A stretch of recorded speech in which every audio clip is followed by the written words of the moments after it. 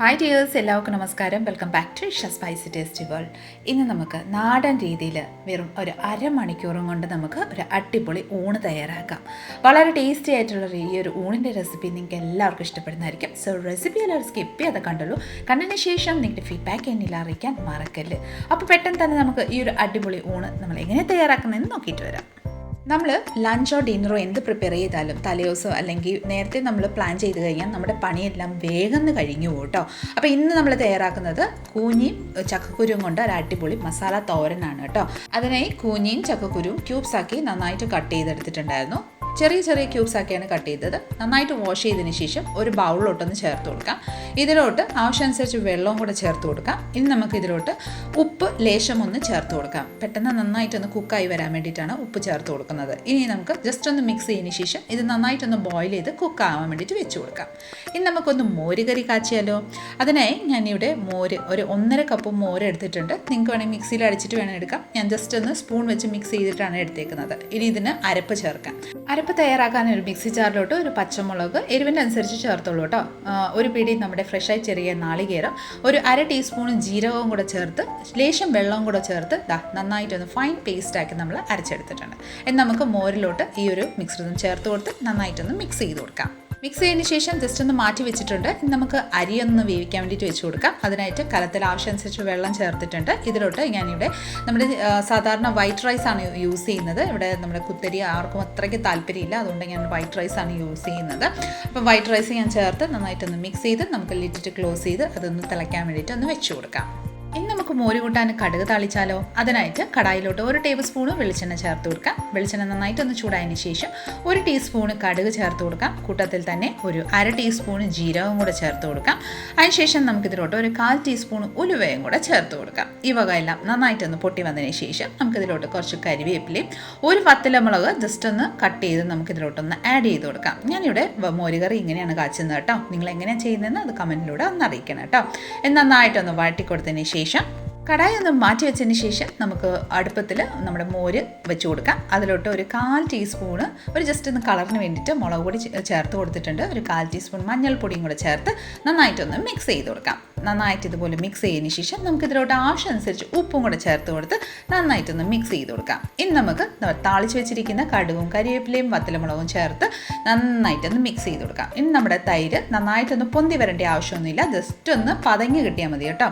അപ്പോൾ നന്നായിട്ടൊന്ന് പതങ്ങി വന്നിട്ടുണ്ട്. നമ്മുടെ മോര് കാച്ചിയത് ഇവിടെ റെഡി ആയിട്ടുണ്ട്. ഫ്ലെയിം ഓഫ് ചെയ്തിട്ട് നമുക്ക് മാറ്റി വെച്ച് കൊടുക്കാം. ഇനി നമുക്ക് ഒരു കടായി അടുപ്പത്ത് വെച്ച് കൊടുക്കാം. തോരൻ റെഡിയാക്കണ്ടേ, അതിനായിട്ട് അതേ സെയിം കടായിലോട്ട് ഒരു 2 ടേബിൾ സ്പൂൺ വെളിച്ചെണ്ണ ചേർത്ത് കൊടുത്തിട്ടുണ്ട്. വെളിച്ചെണ്ണ നന്നായിട്ടൊന്ന് ചൂടായതിന് ശേഷം ഒരു 1/4 ടീസ്പൂൺ പെരിഞ്ജീരകം, ഒരു കുഞ്ഞ് ബേ ലീവ്സും കൂടെ ആഡ് ചെയ്തതിന് ശേഷം നമുക്കിതിലോട്ട് ഒരു വത്തലമുളക് ഒന്ന് ഞുറുക്കി ആഡ് ചെയ്ത് കൊടുക്കാം.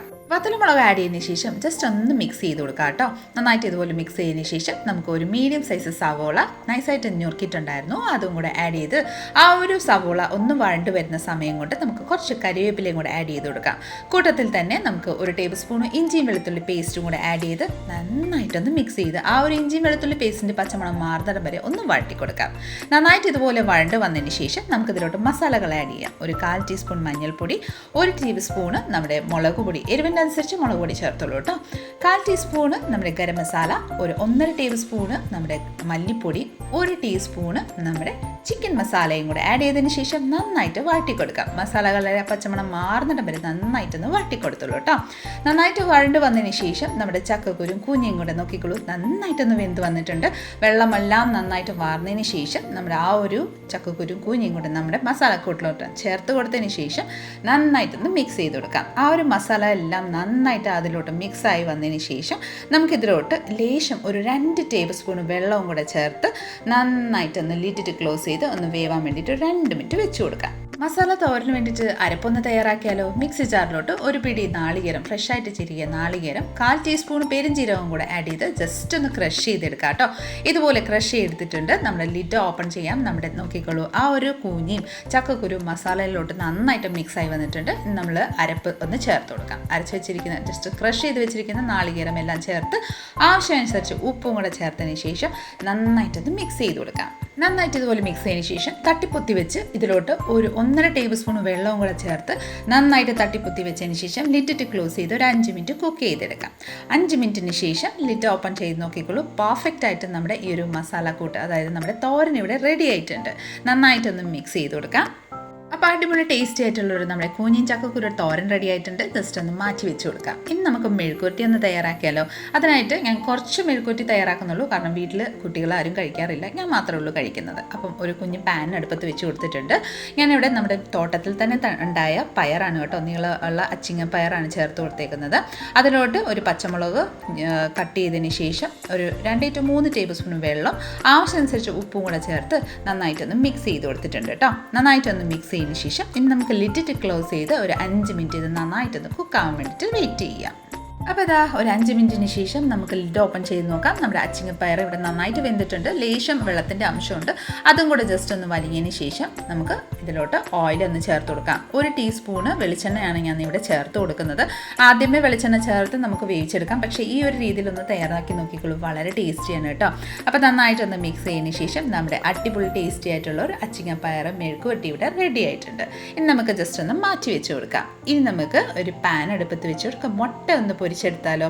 അതിനായിട്ട് ഞാനിവിടെ ഒരു മുട്ട എടുക്കുന്നുണ്ടല്ലോ കേട്ടോ. ഒരു മുട്ടയ്ക്കകത്തോട്ട് കുറച്ച് സവോളയും പച്ചമുളകും ഉപ്പും കൂടെ ചേർത്ത് നന്നായിട്ടൊന്ന് മിക്സ് ചെയ്ത് കൊടുത്തിട്ടുണ്ട്. പാനിൽ കുറച്ച് ഓയിൽ ചേർത്തതിന് ശേഷം നമ്മുടെ മുട്ട ഇനി ഇതിലോട്ട് ഒന്ന് ഒഴിച്ചു കൊടുക്കാം. മുട്ട പൊരിക്കാൻ പിന്നെ എല്ലാവർക്കും അറിയാമല്ലോ അല്ലേ. അപ്പോൾ അതുകൊണ്ട് ഞാൻ ഫുള്ളായിട്ട് എടുക്കുന്നില്ല കേട്ടോ വീഡിയോ. അപ്പം ഇതുപോലെ പൊരിച്ചെടുത്തിട്ടുണ്ട്. ഇനി നമുക്ക് ചോറ് പ്ലേറ്റിലോട്ടൊന്ന് വിളമ്പിയെടുക്കാം. നമ്മുടെ ചോറ് വെന്തതിന് ശേഷം ഞാൻ ഊറ്റിയായിരുന്നു കേട്ടോ, ആ വീഡിയോ ഒന്ന് സ്കിപ്പായിട്ടുണ്ട്. അപ്പോൾ പ്ലേറ്റിലോട്ട് നമ്മുടെ ചോറൊന്ന് വിളമ്പി എടുത്തിട്ടുണ്ട്. കൂട്ടത്തിൽ തന്നെ ഒരു സൈഡിൽ നമ്മുടെ കൂഞ്ഞിൻ ചക്കക്കുരു മസാല തോരൻ ഇവിടെ വിളമ്പിയിട്ടുണ്ട്. നമുക്ക് ഒപ്പത്തിൽ തന്നെ നമ്മുടെ തയ്യാറാക്കിയിരിക്കുന്ന അടിപൊളി ടേസ്റ്റി ആയിട്ടുള്ള ഒരു മെഴുക്കുവരട്ടിയും കൂടെ വെച്ച് കൊടുത്തിട്ടുണ്ട്.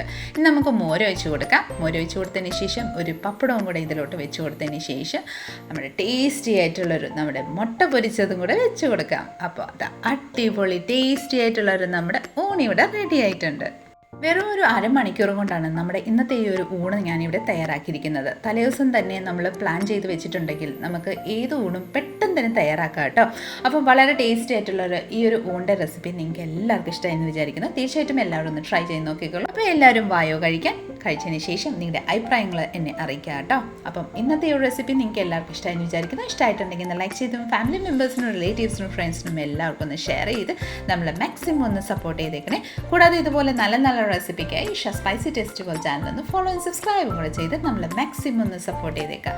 അടുത്ത നല്ലൊരു റെസിപ്പിയും കൊണ്ട് വരുന്നതിൻ്റെ വരെ എല്ലാവരും stay tune, be happy and keep smiling. Thank you for watching and bye bye.